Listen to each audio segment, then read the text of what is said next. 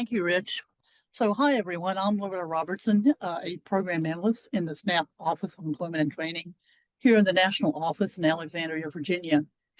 On behalf of our director, Marcy Foster, and all of my colleagues in the Office of Employment and Training, we welcome you to the second webinar in our SNAP E&T Fiscal Management series. Just a couple of words about what our Office of Employment and Training does. Our office collaborates with the regions to provide oversight and management of the E&T program. Our work includes delivering technical assistance to regions and states to ensure programs are effectively support participants in achieving their education and employment goals. We also advance consistent policy and guidance. And then a lot of our work is about fostering innovation and strong fiscal stewardship through our initiatives such as More Than a Job and SNAP Skills. Last week, if you joined us for our first webinar last week, we talked about E&T's greatest strength is its flexibility, allowing states to design programs that meet participants where they are and support those participants where they want to go. But that same flexibility also makes fiscal management very challenging. So that's what has brought us to this fiscal management series. So as I said, this is the second webinar in our series. Last week, we introduced the SNAP E&T Fiscal Lifecycle and provided a high-level overview of each stage. Today, we're going to focus on the planning and budgeting stages. Next slide. And so again, this is Marcy Foster, our Director of SNAP Employment Training, and I'm Loretta Robertson. And next slide. And our speakers today is our Mathematica team from our SNAP to Skills contractor. And I'm going to let them introduce themselves, let Elizabeth introduce themselves in just a minute. So now I'm going to turn it over to Elizabeth Brown. Thanks, Loretta. So I'm going to lead us off in our webinar today. Thank you all so much for joining. Sorry, my video is a little bit delayed. Okay, there we go. Thank you all for joining us for the second webinar series. As I said, my name is Elizabeth Brown, and I'm a senior researcher at Mathematica and a member of the SNAP to Skills team. Today, we really want to help you use your data to make more informed decisions as you plan and develop your SNAP E&T budget. So first, we're going to look at your current fiscal and participation data and how it can really help you plan for the upcoming federal fiscal year. So instead of starting from scratch, this is about using what you have, understanding the types of data that can really help you make more realistic budget estimates and make sure that you're fully using federal funds that are available to you. Second, we want this webinar to be practical and actionable. So as you go through this session, think about, where your current planning and budgeting processes could be strengthened, what you're doing, how does that align with what we're talking about, where could there be opportunities and what you're currently doing. For example, as we're talking, you could think about, do you often spend more or spend less than you planned? Are there certain providers or services where the cost or the participation are harder to predict? So the goal is for you to leave this webinar with some practical ideas that you can then use the next time you plan and build your budget. All right, next slide. Okay, so Loretta mentioned this, but if you joined us for the webinar last week, this is the fiscal life cycle. So hopefully this is not new, but why we're showing it again is because this really anchors what we want to talk about today. So as you can see from this slide, the life cycle really begins and it ends with planning. Planning is a process that occurs formally with a SNAP E&T state plan every year, but it's also something that is routinely informed by what's happening on both the program and the fiscal side. Planning is really about the design of your program. So, like what are the resources that you have available? How are you going to operationalize those resources to accomplish your goals? The plan should be connected, really connected and inform the budget, which is, what are the estimated costs to operate the program? So we're going to delve into these two stages of the life cycle today during this webinar. Looking at the life cycle, next it moves to spending of the resources, which is really understanding, what the program operations cost as participants engage in SNAP E&T. And closely related to that is track. So tracking is understanding how the actual costs compare to the budget. So having a process in place to ensure that you know exactly where the resources are being spent, whether those resources are allowable, and if it's what you expect. And you know, we're going to spend more time on these in the third webinar in 2 weeks. We then move to report, which is a process of summarizing what the budget and the expenditures and the costs actually were, and then sharing that information. And that's sharing it with FNS, as well as state partners, intermediaries, providers, and others in your state. So in the middle of the life cycle and across all these stages is ongoing fiscal monitoring.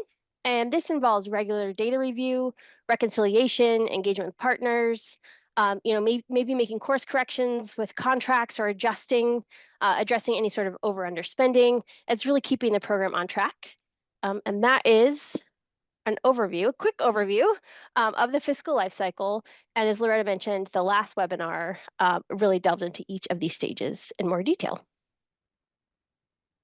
All right. So now I'd actually like to take a minute here, and we're going to launch a poll. So to kick off our discussion of planning and budgeting, so the question is, when do you begin your annual budgeting process for the upcoming year? So we do have some different options. We've got between October and December, January, February, March, April, May. All right, let's close that poll. And it looks like April is about 40% of when budgeting process begins. So thank you all for sharing that information. And now I'm going to turn it over to Melina. Thanks, Elizabeth. So let's talk a bit more about what we mean by planning and budgeting in the fiscal life cycle. Hopefully, this will feel familiar if you attended the first webinar session last week. But annual planning for SNAP E&T is a broader process than just the fiscal elements of the program. It involves making strategic design choices about your program that will advance your SNAP E&T mission and vision for the next year. So here on the slide, you'll see a few key considerations that will help you ground your planning process in an accurate understanding of the fiscal state of your program so that you can really bring the program and fiscal elements together as you plan. So the first consideration focuses on that broader design piece of understanding what is going well in your program and what could be improved in the upcoming year. For example, you might see that participation and spending generally matched your expectations in work-based learning components that you offered in a recent year. But participation across education components you offered dropped, and there were large gaps between what you anticipated and what actually happened with participation and expenditures. So as you plan, you would want to explore what factors could be driving these differences so that you could adjust your expectations or work with providers to identify ways to both increase participation in education components and develop realistic assumptions for their costs. As you consider what could be improved in your program, it is critical to align your program priorities with your fiscal data, which involves determining what you can accomplish with the funding sources available to operate the program. So for example, let's say you set a goal to increase participation in your program in the upcoming year. And so you conduct a participant satisfaction survey, and you learn that access to transportation was a top concern for participants who wanted to engage in the program. So you reviewed the data and see you generally spent what you budgeted for transportation in recent years, but based on the feedback from participants, the data, and your desire to increase participation, you may decide to increase your overall budget for transportation and other participant reimbursements in the upcoming year. Now, as you plan an understanding of recent trends with your E&T program spending across funding sources, intermediaries, providers, and in some states, counties, should really ground your process. Exploring fiscal trends and using fiscal data as you plan overall can help you make data-informed and intentional decisions about your program. So next, as you all know, all states develop an operating budget as part of the state plan. But beyond just meeting that federal requirement, a budget is a really important tool for you to use to determine the type and amount of funds needed to operate your E&T program and achieve your program's goals. So budget and expenditure data from recent years can help you make decisions about your program and develop assumptions for how much it will cost to deliver your program.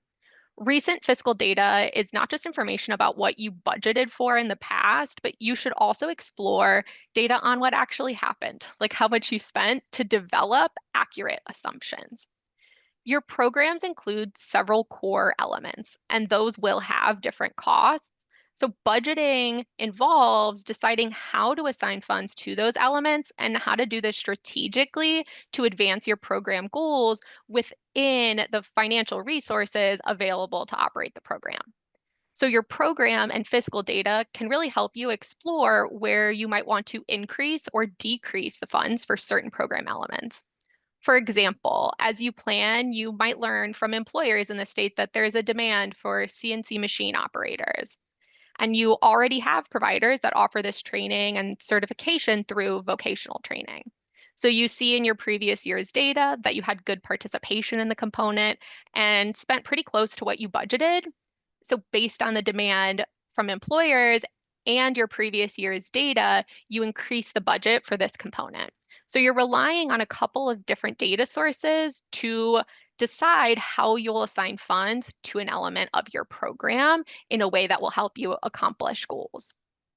Now, as part of the budgeting process, you'll want to look at data at the partner or provider level so that you can work with and talk to your providers about how to define and refine their budgets. You'll want to ensure that everyone understands what a realistic assumption looks like so that you at the state level can assign funds appropriately across partners. You can have conversations with providers about developing realistic assumptions based on data, as well as information on lessons learned from recent years about closing the gap between budgets and expenditures, and any insights that a provider may have about their plans and priorities for an upcoming year. And next, we'll talk more about the key roles for planning and budgeting. So planning and budgeting are collaborative processes, and insights from a range of staff and partners are critical to developing strategic and data-informed plans and an accurate budget for your program. The titles or official roles of staff will vary across states, but generally these groups or functions on the slide should be involved in planning and budgeting. So first, we have the E&T program staff who are really spearheading these processes and bringing the right partners to the table to project accurate and appropriate funding needs and also adjust the budget up or down based on prior year expenses and those upcoming needs. So we've talked a lot about bringing program and fiscal information together, and engaging fiscal staff helps make that happen. So fiscal staff are the experts in state agency funding processes, and they can help E&T program staff interpret fiscal data and trends, as well as identify the financial information program staff will want to collect from providers as they plan and build their budgets. Next, staff who handle contracts and procurement can help explain the state agency's relevant policies and timelines. And they can work with program staff to align existing practices with the workflow and timelines for SNAP E&T. And this helps set clear and consistent expectations for participation in planning and budgeting and just ongoing information sharing across state agencies, intermediaries, providers, and in some states, counties. We've talked a bit about using data, and we'll talk more about it today. And the data and reporting staff will often be the key source to help program staff review data on participation, budgeting, and expenditures. They can help develop tools like dashboards or reports as well to monitor participation and program expenditures that program staff can then use when they're planning and budgeting. Now, depending on the state, you'll want to engage some combination of intermediaries, providers, and county staff. These staff really help E&T program staff understand what happens in practice and bridge gaps between what is intended with program finances and what actually happens as these groups serve participants and request reimbursement. Collaboration with these staff can really help states gather feedback on processes, challenges, and potential solutions as you're planning and budgeting for the upcoming year. It's important to note that everyone does not need to be involved in every part of the planning and budgeting process. Now, E&T program staff who are leading these efforts will need to decide when and how to engage different groups to maximize participation, but also ease burden on their partners just based on the individual context in their states. Next slide. So all of the functions that we've discussed play important roles in planning and budgeting, but we want to highlight the critical partnership between program and fiscal staff for the fiscal lifecycle really in general, but specifically for planning and budgeting today. So as program staff plan, fiscal partners can really help ground the planning process in program finances and build a shared understanding of the fiscal implications of different design decisions. So SNAP E&T program staff and fiscal staff really co-create the budget and should collaborate to establish timelines and approval procedures. This ensures that each group has sufficient time to review the budget inputs, ask questions, request revisions, and ensure that the final budget reflects both program and fiscal perspectives. We've talked a bit about intermediaries, providers, and counties today, and they're really essential for planning as they bring insights on what is currently happening in the program. And they can help inform decisions about what could change in planning sessions. They're connected to the participants, employers, and communities in which they live. And this gives you context at the state level to understand how the SNAP E&T program can meet those needs as you're identifying priorities each year.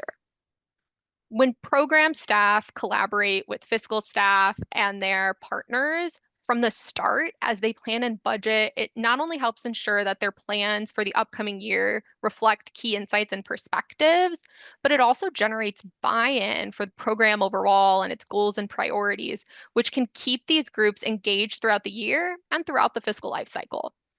There's also an opportunity to build a shared understanding of financial trends, which can help everyone see why certain program elements may be assigned more or less funds in an upcoming year. And this collaboration can help set expectations to ensure that budgeting processes across partners and the state agency align.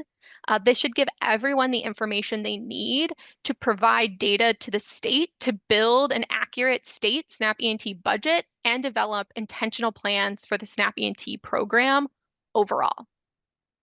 So now I will hand it over to Gretchen, talk more about using data.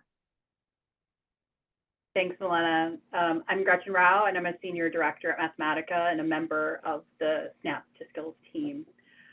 So I'm going to dive a bit deeper into strategies for using data for budgeting. To start, I want to talk about the types of data that could be useful. And many of these are actually from federal reports, so you already have a lot of this on hand. So first, let's talk about the state program data. That's usually developed and submitted by program staff, so this probably is familiar to many of you on this call. This includes the state plans. In the state plans, you have operating budgets that show the budgeted amounts or what you plan to spend on different aspects of your program each year. It also includes how many people you intend to serve in the program each year, which is also helpful data to have. You also report to FNF the actual overall and component participation in a given year through the FNF 583 form. And of course, you may have other data that you track on participation and outcomes that could be helpful for budgeting. And so you should definitely incorporate those data as well. In the middle panel, we see that states also submit several financial reports to FNF each year. These are likely coming from your fiscal staff. So I'm actually going to spend a minute walking through these in a little more detail because we've heard sometimes program staff aren't as familiar with these reports. So for both the reports I'll talk about, I also just want to mention that it's not solely for SNAP E&T reporting. It's actually part of a broader reporting for the SNAP program on financial budgeting and expenditures. So there's a lot of information in these reports, but there are specific rows for the E&T program, and they can definitely be beneficial in the budgeting process. So the first report I want to talk about is the FNS 366A, which is the program and budget summary that states submit to request the amount of funds for federal funding for each year by source. This is actually presented by quarter, so it's not just an overall budget, but it's quarterly how much you plan to spend. FNS approves the funding for the upcoming fiscal year based on this form. But I do want to mention that you're also submitting for the E&T program an operating budget in the state plan. These two amounts, what's in the 366 and your operating budget, should match. So they shouldn't be any different. And then throughout the federal fiscal year, your fiscal state staff are probably also submitting the SF 425/FNS 778 form. It's a long title, but it's a single form. And this is a report that is showing the actual expenditures of federal funds for the SNAP E&T program. The form includes the federal share of the SNAP E&T funding by source, so like your 100% funds that you spent down, your 50/50 funds, and so on. And so this is actually the outlays or expenditures for the E&T program. This is actually submitted quarterly. And so by the end of the year, this form is really providing you the actual federal expenditures for your E&T program. Now, some of those data that I've just talked about, as well as maybe others, are included in internal financial reports that you may have or dashboards potentially that you have access to. So any other financial information that you have can also be helpful for your budgeting process as well. And then the last panel is on provider data, and you're collecting a lot of information from your providers. A lot of that is feeding into the reports that I've already talked about, but you're probably getting a lot more detail than what goes into federal reporting, and that can be useful as you move forward. So things like in the budget, having more breakdowns of a provider's budget, as well as the assumptions that they're making, having information on participation of different people and what they're actually doing in the program. And then also the providers are providing invoices about the activities that they've provided and are looking for reimbursement for. And that will come in handy. We'll talk a little bit about that as we move forward. Next slide. So now you have all of this data at your fingertips. So what should you do with all of it? There are several questions that you want to be able to answer during the budgeting process. We have other resources that will hopefully be out soon that'll have sort of lists of these questions. I'm going to highlight a couple of them today. And one of the kind of basic questions is overall, how our program is actually spending money compared to what we anticipated or budgeted for that year. So, are we overspending or underspending? For example, if you find that you're consistently underspending your budget, then you really are going to want to consider whether you need better alignment in the upcoming budget to reflect kind of the reality of that. And then once you know kind of where you are in the process, it's really helpful to dive a little bit deeper to understand what's driving the budget in one direction or another, so that when you're making adjustments for the next year, you're making them in the right places. So we'd also suggest that you look at the actual spending compared to the budget, the budgeted spending by component, by provider, and also per participant cost can be helpful. So for example, knowing if your spending on components is what you intended it to be can help you decide where to put funding in the future. If you're had a lot of funding for training and there wasn't a lot of training that was happening, you may want to reallocate those as you move forward, as Melina had mentioned as well. Similarly, looking at these data by provider are really going to help you determine if their budgets are realistic, particularly if you kind of get the same budget year after year from providers, but you're seeing that they're not spending all of those funds. It's really important to have those conversations and maybe have them providing more realistic budgets as well. And then also looking at these metrics or looking at spending over time is really important, and not just necessarily in one year like the last year, because there could be anomalies, right? So maybe last year you significantly underspent what you had planned, but in the last 3 years before that, you were pretty much on track. So then looking forward to the next year, you need to decide, is it going to look more like last year, or does it look more like the prior year? So having some over time estimates can be really helpful for that. And then once you answer all of these questions, it will then help you consider what changes you need to make in the upcoming budget, and just really making more realistic assumptions about what you need to serve your participants. Okay, so let me actually show you an example of the type of information I'm talking about, and just not talking in the abstract here. So first, this table is showing the budgeted amount of the budget amount and the actual amount for 2 fiscal years. The budgeted amount should generally be easy for you to find. It's information that you have in your state plan. It's in the 366 forms. The actual cost for different data elements, many of them will come from the 425, 778 forms. Your participation numbers will come from your FNS 583 form. We are going to talk a little bit about components in this assessment, and that is something that you're not reporting the actual cost by component at the federal level. So that is something that you'd want to look at in from your invoices or some of your internal reporting. So let's look at the first line on the total federal funding. You can see that when you compare the budgeting to the budgeted amount to the actual amount for this state, that they only spent about 69% of their budget in fiscal year 24. And it increased a little bit in federal fiscal year 25 to 73%.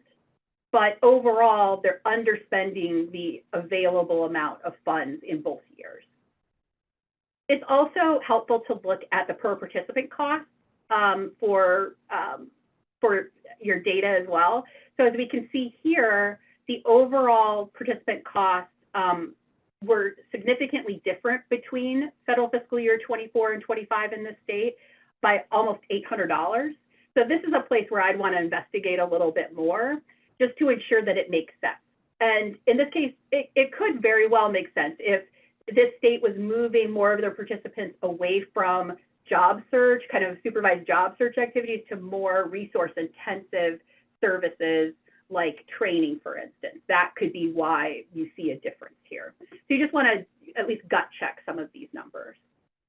And then digging a little bit more into the components, in this state, they had 2 components: supervised job search and work readiness training. You can see that looking again here at the actual versus the budgeted, they're pretty close to what they planned for the job search. About 95% of the funds were spent, whereas it was a little bit lower for the work readiness training. It was about, they spent only about 68% of the funds that were available for that. So now you have all these metrics, and it allows you to kind of put this all together for the state. And we can see here for this state that they did not spend all of the approved budget in fiscal year 2024, which we talked about, but it looks like they plan to actually serve more participants in fiscal year 25 if you look at the bottom row. And so then they also asked for more funding in fiscal year 25. But in the end, we see that they ended up serving fewer participants than even in fiscal year 2024, but they did spend more in 2025 of the available funds. So as they're considering their 2026 budget, which is what the state is planning for, they should be considering maybe reallocation of some of the funds between components, and also probably reducing the overall budget that's really based on more realistic spending patterns that we're seeing here in their data.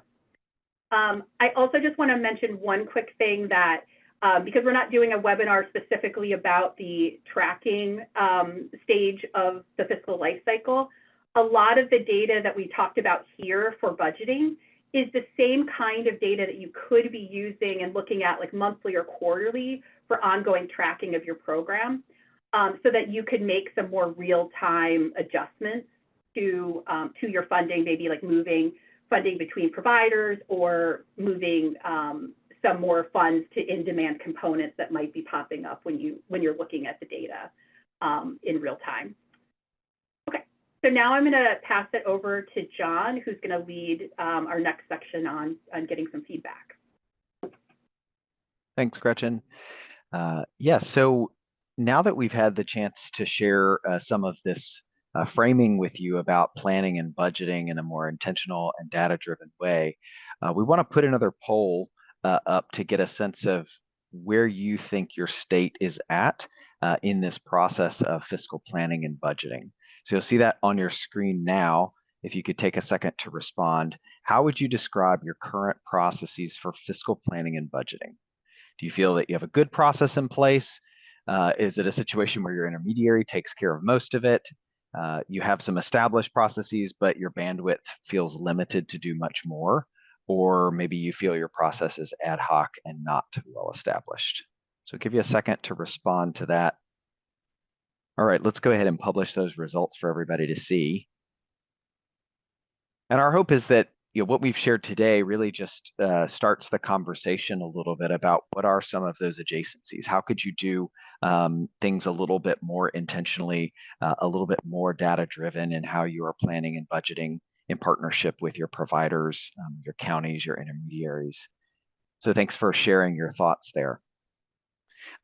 We are going to get ready to move into some breakouts. If you joined us last week, this seemed to be the real the sort of appeal of the webinar, that you all got the chance to talk with other states and react and reflect about what this is raising up for you. So I want to put some questions here on the slide, and I'm also going to post them in the chat so that you'll have these for reference as we move into breakouts. But we just encourage you as we do that to think about what resonated with you from this presentation, and what did fiscal planning and budgeting mean to you in light of this, and maybe even coming into the webinar today. What information are you using as a state for fiscal planning and budgeting? Maybe even sharing some things that you feel like you do well as a state in this area right now for others to hear. How do you engage with partners, counties, intermediaries, and providers as part of fiscal planning and budgeting? What does that look like for state-administered, county-administered systems? There are some key differences there. It'd be great to hear from states and the groups what that looks like. And then to make this applied, what is something specific you'd like to explore further or take a next step with? I also want to note that there was a question submitted in the Q&A, and so maybe it's helpful to just put that out here for discussion in the breakouts. One person asked, I'm curious to know how other states are approaching reviewing spending compared to budget by component. Do states allow for providers to bill cost by components? So if that feels like a question you can weigh in on, it'd be great to bring that up in your breakout rooms. We're going to go ahead and open those up now, where we will have about 25 minutes to exchange ideas and discuss together. All right, welcome back, everyone. Apologies if we cut you off in conversation there.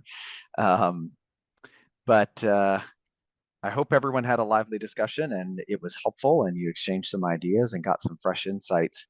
We're going to do just a very brief share out of what was maybe some key themes or takeaways in the breakout discussions, and then we'll give everybody a chance in the chat to just share one kind of quick thing that you feel like you are taking away today.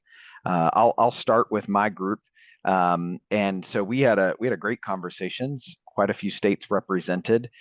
Two things that I think stuck out to me were the states in the room that shared about how they are using this sort of like periodic check-in, whether it's a quarterly meeting at the 6-month mark, and even for new providers, Washington shared about how new providers get a monthly check-in, just as a way to keep that conversation going about how spending is tracking with the budget, and looking for areas where there could be overspending or underspending.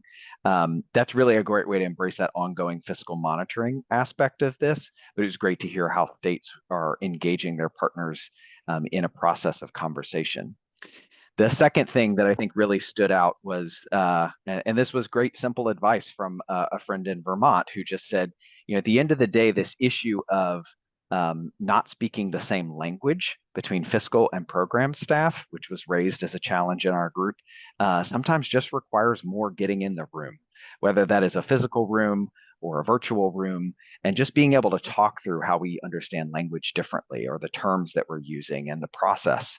And so that was just sort of a simple, but I think powerful theme of our conversation, that it's important to have those conversations across these silos and pillars of state government. So with that, I'll go to the next group. Milena, would you care to share from your group? Sure. So our first theme that sounds pretty similar to yours, John, was really about communication. And we heard a lot of folks mention just establishing good communication procedures in general for working with partners, counties, intermediaries, and providers in their states. Really helps them kind of fold planning and budgeting needs and questions into those conversations. So it's a bit of just ongoing communication and being able to address, for the most part, planning and budgeting through those touch points, some being as often as monthly. And then we also heard around like information being used for planning and budgeting, a lot of emphasis, of course, on previous year budgets as well as actuals, and then mention of participation, and all of those sources, looking at it by the provider, and some folks even looking at it by component, to start things off. So looking at similar information in a little bit of different ways across the group, but overall, some good sources were brought up. So I think I can turn it to Gretchen next to share from her group. Yes, thank you. So we talked about it, several different things. Several folks, or some folks talked about the communication, others agreed with the issue of there still being some siloing between the program staff and fiscal staff, and whether they actually are seeing the fiscal reports. And it seemed in several cases that folks were unfamiliar with some of that reporting, would like to get access to it, and hopefully will soon. There was also a mix between some folks in the room talked about that they are able to look at component level spending, and others are not, given how their contracts are set up with providers. So that seemed to differ across the room in that way. And then, but some did talk a little bit about some of the data that they're using. Folks would like to use more data potentially, and lean into the data a little bit more for decision making. Someone had mentioned that they're looking at participant reimbursements by provider, and it was interesting to see how different types of providers use or don't use, or use participant reimbursements in different ways. So there's a lot of information that's sort of a mixed bag of how people are using some of the data. Okay. Elizabeth, Sarah, I guess. Sure. Yep, I'm gonna hop in here. So just connecting to Gretchen's group. So we also talked about kind of fiscal and program communication, and how it tends to be more of a high level discussion, not too much in the weeds or in the details. So that was one of our themes. We also talked about kind of the cadence for monitoring third-party partner finances and budgets. We found that it really varied across the states that were in the group that I was in. But a couple items to flag is just having proactive communication with partners, especially flagging like remaining budgets, was helpful in the monitoring and planning process. One state also mentioned that they've kind of found ways to be flexible with their budget in terms of avoiding like kind of administrative and lengthy contract amendments that make it hard to be flexible in the budget. So they found ways to be able to kind of make mid-year pivots and adjustments within that structure. And then finally, we talked about one challenge that partners have have flagged is that they provide the budgets, but it's really hard for them to assign costs at the component level. So it might be helpful to have a resource or a tool around that piece. So I'm going to pass it to, let's see, Rachel. Thanks, Sarah. It sounds like we had some overlapping conversation in our breakout room as well. We had a really great conversation about working with providers specifically, partners and intermediaries in this process. We had a question from one of our group members about how states approach those conversations with providers about right sizing their budget, because we know that providers aren't apples to apples and those conversations can be complex, and had a lot of states share some really good ideas about how they approach those relationships and those conversations, how they bring provider perspectives into the process, and how they engage in multiple points to have an ongoing conversation with providers about their budgets as they're shaping up. We did talk a little bit about tracking spending by component as well. It sounded like most states in our group do have the capacity to do that and do that. And we made some good connections. It sounds like some states in our group are going to connect with one another to learn a little bit more about their processes, which is wonderful. So I think I'm passing it along to Sheila. Thanks, Rachel. So in our group, we talked a little bit about how determining cost per component can be a bit tricky. There's interest in hearing more about how folks are doing that. Also how context is important to think about, what kind of information you can get by looking at things different ways.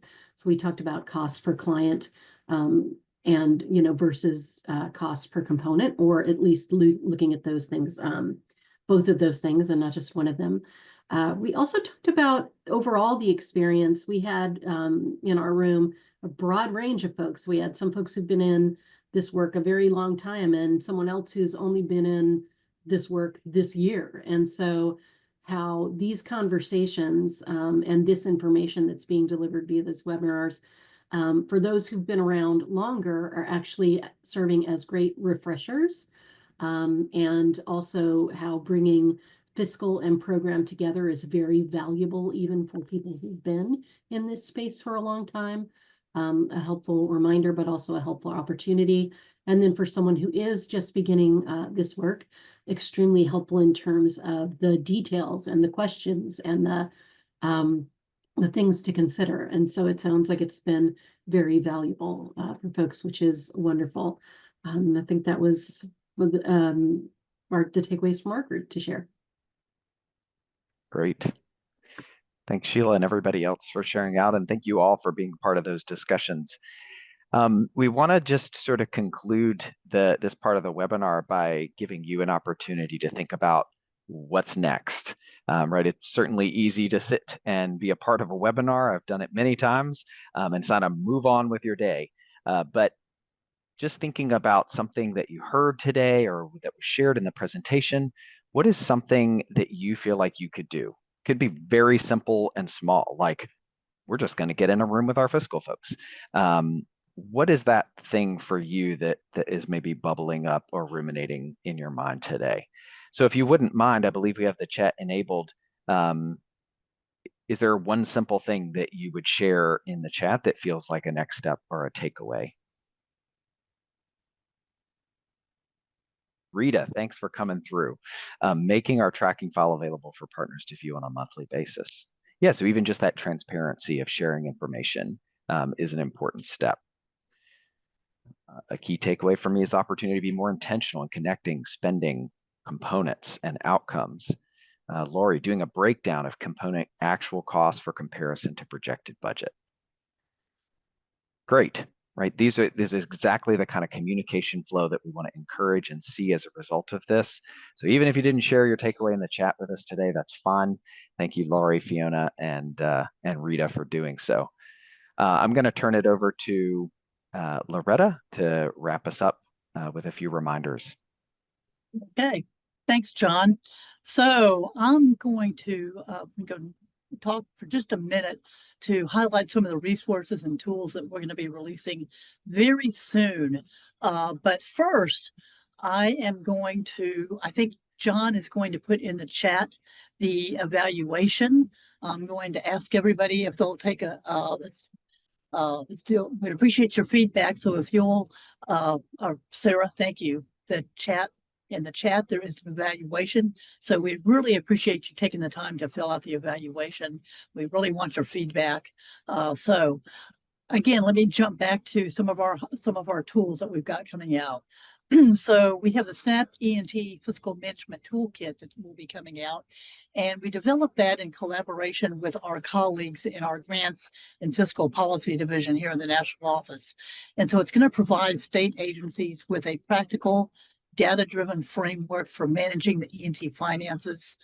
It aligns fiscal operations with statutory requirements and program goals, and it's built around this fiscal life cycle that we've been talking about.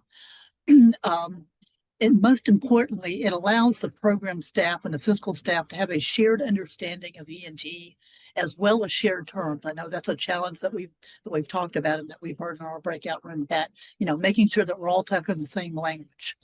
The other tool is a cost allocation tool that will help states allocate SNAP E&T funds accurately and transparently.